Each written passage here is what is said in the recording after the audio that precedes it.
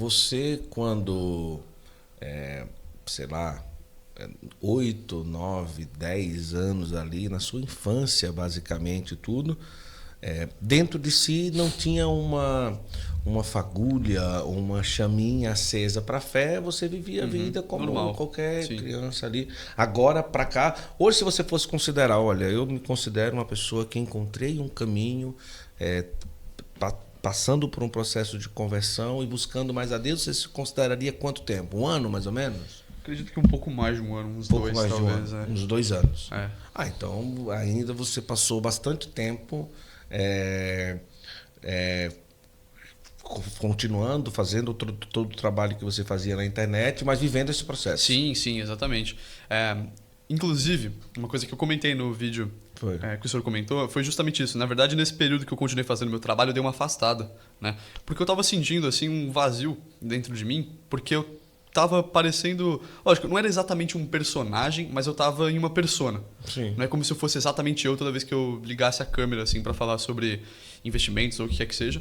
E não é nem porque eu não gosto mais dessas coisas, né? Eu ainda penso em trabalhar com isso, etc. Então, é uma coisa que me interessa, é uma coisa que eu gosto, foi o que me fez crescer na internet.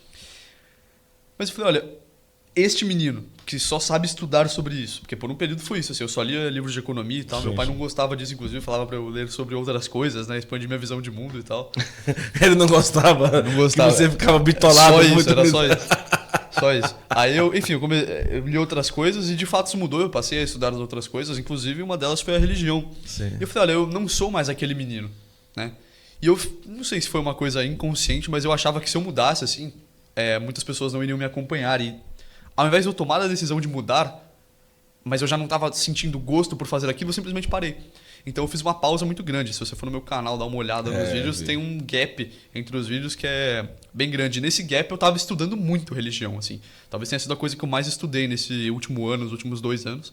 Até que eu fiz o vídeo, eu comentei isso, que eu já não estava me sentindo bem, ficando preso para falar só sobre economia, só sobre investimentos. E é uma coisa que eu não parei de falar também. É uma coisa que eu ainda falo e tal. Principalmente porque economia é uma ciência humana. E é indissociável economia, por exemplo, de religião. Então, um exemplo disso é, se você for ler Adam Smith, né? Ler lá A Riqueza das Nações, enfim. Adam Smith, no geral, que foi um dos economistas, né, mais importantes para o pensamento liberal, para o pensamento econômico que, enfim, nós temos hoje. E é impossível você compreender a totalidade da filosofia de Adam Smith se você não tem a noção, antes de tudo, que ele era fundamentalmente um protestante. Sim. Então, vê como as coisas estão completamente relacionadas. Então, eu não parei de falar, porque uma coisa está relacionada à outra. Eu só dei um enfoque um pouco maior agora na parte humana daquilo, né? Não necessariamente só na parte exata do conteúdo. Quando você era pequenininho, 8 ou 9 anos, o que as pessoas falavam de você? Nossa, esse menino com essa idade já fala... Porque assim, você com 16 anos, a forma como fala, a capacidade de colocar e de formular pensamento e tal, já é uma coisa assim, bem fora da caixa, assim, que a gente percebe e é notório isso daí, né? Mas quando era pequenininho, as pessoas falavam alguma coisa sobre isso e tudo, você sempre foi assim, um pouco acima do que é... Ah, não sei. Eu sei que... Eu sempre gostei de falar muito. O pai tá fazendo assim. Eu sempre tive facilidade em falar, né? O pai tá dizendo isso mesmo. Eu sempre tive facilidade em falar e eu sempre gostei de me comunicar. Então, o meu canal sobre investimentos não foi meu primeiro canal. Né? Eu já tinha tido uns 5 canais no YouTube que eu falava sobre o que eu queria antes. Então, eu já tive canal de Minecraft, de jogo. Eu já tive canal...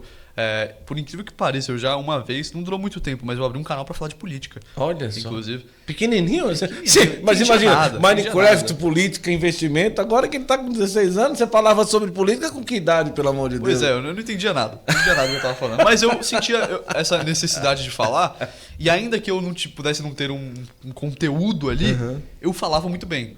Então eu tinha essa facilidade de me comunicar, assim, né?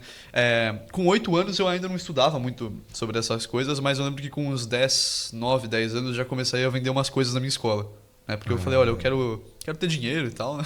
E eu comecei a vender coisas na minha escola para arrecadar um dinheiro ali. Com 10 anos eu comecei a investir. E faltando 2 semanas para fazer 12 anos, eu criei meu canal no YouTube para falar sobre isso.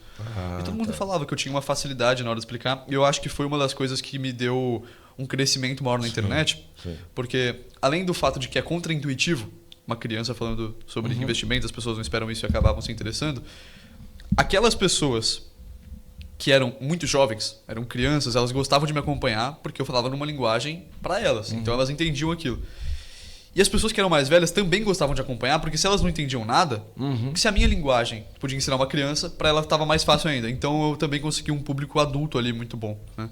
Agora, falando em Minecraft, tem uma galera, os meninos, eu depois queria postar no Instagram eles vão falar no direct se eles virem, que eles evangelizam no Minecraft. Você já viu esses meninos, não? Não sei se esses, mas eu já vi um trabalho assim. Um trabalho legal, assim? Que eles têm uma diocese, eles criaram uma diocese no Minecraft. Não, uma diocese não. Eles têm várias dioceses no Minecraft. Diocese já. Não, tem várias.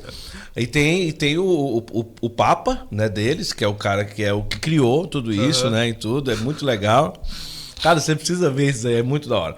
E eles constroem as igrejas. Então, assim, você tá andando no mundo do Minecraft e tem as igrejas e tudo. E, assim, eles nomeiam o bispo, os padres. Aí tem que estudar um pouquinho ali para poder entender.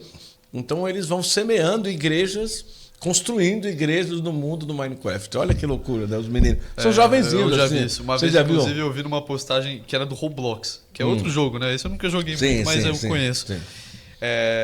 E aí tinha lá, assim, isso foi a coisa mais específica que eu vi em toda a minha vida, né? Porque não era só um servidor do Roblox, que os caras faziam missa, inclusive, né? Não era só isso, mas era extremamente tradicional. Ai, Na que verdade, legal. eram uns caras que recriaram no Roblox a fraternidade sacerdotal São Pio X.